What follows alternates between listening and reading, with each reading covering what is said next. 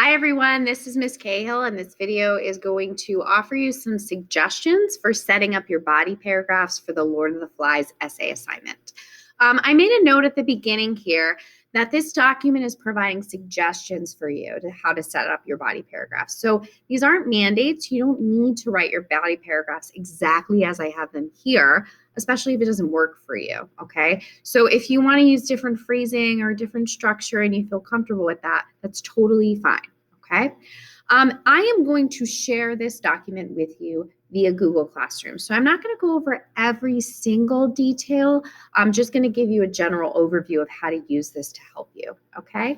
So this walks you through the different sentences that should compose a body paragraph. The first sentence should always be a topic sentence. And a topic sentence is a sentence that tells the reader the focus of your paragraph. In your outline, you've identified what the focus is by identifying the symbol that you're going to focus on for that paragraph. And so your topic sentence is going to connect that symbol to your point, okay? And then what I've offered you here in this document are some suggestions for how to start that sentence in case you're stuck. You can use any of these suggestions if you like, or come up with your own, totally fine. The next sentence that's going to be in your body paragraph should introduce the context of the quotation that you've provided. Context is what was happening in the book when that quote was said by either the narrator or another character, okay? So it's super important to introduce the context so you're not just dropping quotations out of nowhere and we don't know why or how they're related to what you're talking about. And so that context sentence will identify the part of the book in order to transition into the quotation in the next sentence. Just like for sentence number one, I've offered you some ways that you could introduce a quotation here by describing its context, okay? So if you want to use one of these suggestions, go for it. If these don't really work for you, also fine. Come up with your own. For sentence number three, then, since you've provided context, you're going to cite the quotation that you are using. And you're going to write out the quotation that's in your outline, okay? So the third sentence needs to include that quotation from the text. You can copy and paste directly from your outline, hopefully here, and a page number citation for that quote. As we talked about in the outline video, in order to do a proper citation, you include the author's name and then the page number of the quote, okay? And this goes inside of the sentence that your quotation is in. And then the sentence that follows the quotation, of course, should explain why this quotation is so important, right?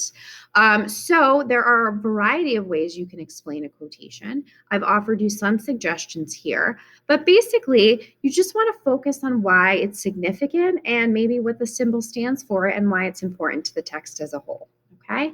And then finally, you want to bring everything back to your thesis at the end. So your final sentence needs to explain why this proves your point, AKA your thesis statement. And this is super important. So if you feel like you can't get all that information into one sentence, it's totally fine. In the example that I'm going to show you in a minute, I actually use two sentences to connect back to my thesis. And that's fine. You can use as many sentences as you feel like you need. Okay. And again, for all of these, you have some suggestions to get you started. Use them if you find them helpful. So let's take a look at the example body paragraph that I've created for my first paragraph. And that's the paragraph about Jack's face paint that I outlined in a previous video. As with all of the other examples, this is not for you to copy and just put into your own essay. Instead, this is to give you something to base your writing off of and an idea of like what I'm looking for, but you should be writing your own paragraphs, okay? So as a refresher, my thesis is that William Golding uses symbols such as Jack's face paint, the pig's head, and the death of Simon to reveal how easy it is for people to make evil decisions. And you'll notice that these sentences are color coded. And these are the same colors that I use for the sentences up here. So if you want to scroll down as you're working on this and look at examples, you're going to use the colors to help navigate what is representing which part. Okay, so let's read through this body paragraph to see how it sounds.